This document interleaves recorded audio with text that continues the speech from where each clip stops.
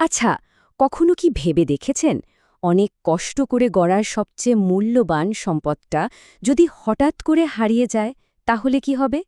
আজ আমরা ঠিক সেই ভয়টাকে জয় করার একটা উপায় নিয়ে কথা বলবো, যার নাম হল বীমা।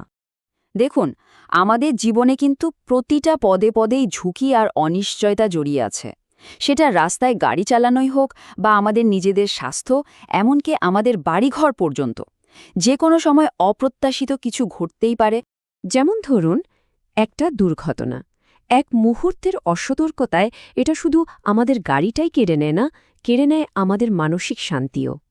কিংবা ধরুন আমাদের স্বপ্নের বাড়িটা, আমাদের সবচেয়ে নিরাপদ আশ্রয়, চোখের পলকে কিন্তু একটা আগুন সবকিছু পুড়িয়ে ছাই করে দিতে পারে। আবার অনেক কষ্টে জমানো আমাদের ভবিষ্যতের সম্বলটুকুও কিন্তু এক মুহূর্তে চুরি হয়ে যেতে পারে।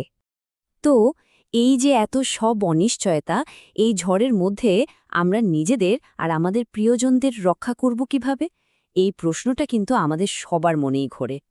এর উত্তরটা আসলে লুকিয়ে আছে খুব সাধারণ একটা আইডিয়ার মধ্যে, একে অপরের পাশে দাঁড়ানো। মানে এমন একটা ব্যবস্থা যেখানে একজনের বিশাল বড় একটা ঝুঁকি সবাই মিলে একটু একটু করে ভাগ করে নেয়। আচ্ছা, ব্যাপারটা কিভাবে কাজ করে ভাবুন তো। যদি একজনের ওপর আসা বিশাল একটা আর্থিক ক্ষতির বোঝা একা না নিয়ে একদল মানুষ মিলে অল্প অল্প করে ভাগ করে নেয়, তাহলে কি বিষয়টা অনেক সহজ হয়ে যায় না?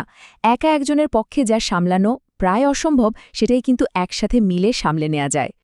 ঝুঁকি ভাগাভাগি করার এই চমৎকার ব্যবস্থাটাকেই আমরা আনুষ্ঠানিকভাবে বলি বীমা বা ইন্স্যুরেন্স। এটা আসলে একটা প্রতিশ্রুতির মতো, যেখানে একটা কোম্পানি আপনার বিপদের দিনে পাশে দাঁড়ানোর অঙ্গীকার করে।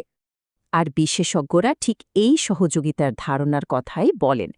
যেমনটা এম মিশ্র বলেছেন, বীমা হলো এমন একটা কুটি ব্যবস্থা যেখানে একজনের ক্ষতি অনেকের মধ্যে ছড়িয়ে দেওয়া হয়। যে কোনো মজবুত সম্পর্কের মতোই এই বীমা চুক্তিও কিন্তু কয়েকটা মৌলিক নীতির ওপর দাঁড়িয়ে থাকে, আর এই ভিত্তিগুলোই নিশ্চিত করে যেন পুরো ব্যবস্থাটা স্বচ্ছ আর নির্ভরযোগ্য হয়। এই নিয়মগুলো কিন্তু শুধু কিছু আইনি বাধ্যবাধকতা নয়, এগুলো আসলে নিশ্চিত করে যে চুক্তিটা দুই পক্ষের জন্যই ন্যায্য এবং এখানে কোনো রকম ফাঁকি বা প্রতারণার সুযোগ নেই। এর প্রথম এবং সবচেয়ে গুরুত্বপূর্ণ নীতি হল বীমাযোগ্য স্বার্থ। সহজ কথায়, আপনি শুধু সেই জিনিস বা ব্যক্তিরই বীমা করতে পারবেন যার ক্ষতি হলে আপনার সরাসরি আর্থিক লোকসান হবে। যেমন একজন তার নিজের বাড়ির বীমা করতে পারেন, কিন্তু প্রতিবেশীর বাড়ির নয়। এরপর আসে চরম সদ্বিশ্বাস। দেখুন, বীমা চুক্তির মূল ভিত্তিই হল পারস্পরিক বিশ্বাস। এর মানে হল গ্রাহক এবং কোম্পানি দুপক্ষকেই সব গুরুত্বপূর্ণ তথ্য একেবারে সততার সাথে জানাতে হবে। কোনো কিছু গোপন করা হলে কিন্তু পুরো চুক্তিটাই বাতিল হয়ে যেতে পারে। শেষের নীতিটি হল স্থলাভিষিক্ততা। ব্যাপারটা একটা উদাহরণ দিয়ে বোঝা যাক। ধরুন আপনার গাড়িটি দুর্ঘটনায় ক্ষতিগ্রস্ত হলো এবং বীমা কোম্পানি আপনাকে এর ক্ষতিপূরণ দিয়ে দিল। এখন সে ভাঙা গাড়িটা বিক্রি করে যদি কোনো টাকা পাওয়া যায়, তাহলে সেই টাকাটা পাবে বীমা কোম্পানি। এর কারণ হলো কেউ যেন একই ক্ষতি থেকে দুবার লাভবান হতে না পারে। তাহলে এই পুরো ব্যবস্থায় কার কি লাভ? চলুন এবার গ্রাহক এবং কোম্পানি, এই দুই পক্ষের দিক থেকে ব্যাপারটা একটু তলিয়ে দেখা যাক। এই স্লাইডটা কিন্তু খুব চমৎকারভাবে দেখাচ্ছে যে বীমা আসলে একটা উইন উইন পরিস্থিতি তৈরি করে। একদিকে গ্রাহক পান ভবিষ্যতের দুশ্চিন্তা থেকে মুক্তি আর আর্থিক নিরাপত্তা, অন্যদিকে কোম্পানিগুলো এই প্রিমিয়ামের টাকা বিভিন্ন খাতে বিনিয়োগ করে দেশের অর্থনীতিকে এগিয়ে নিয়ে যায় আর অবশ্যই নিজেরাও মুনাফা অর্জন করে। ঝুঁকি ভাগ করে নেওয়ার এই ধারণাটা কিন্তু আজকের নয়, এর শেকড় ছড়িয়ে আছে ইতিহাসের অনেক গভীরে। চলুন এর দীর্ঘ এবং বেশ আকর্ষণীয় যাত্রাপথটা একটু ঘুরে দেখি।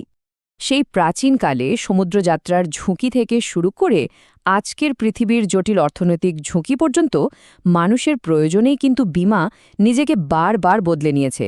আর এই বিবর্তনের পথে আমাদের এই উপমহাদেশ, বিশেষ করে বাংলাদেশও বেশ গুরুত্বপূর্ণ ভূমিকা রেখেছে। তাহলে মূল কথাটা কি দাঁড়ালো?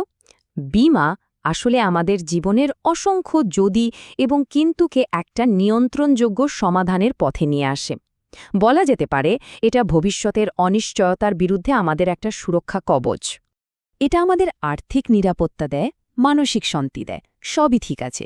কিন্তু ভাবুন তো, যদি আমরা সম্মিলিতভাবে আগুন বা দুর্ঘটনার মতো ঝুঁকি মোকাবেলা করতে পারি, তাহলে এই একই সহযোগিতার নীতি দিয়ে আমাদের সমাজের আরও বড় কোনো চ্যালেঞ্জ আমরা একসাথে সমাধান করতে পারি।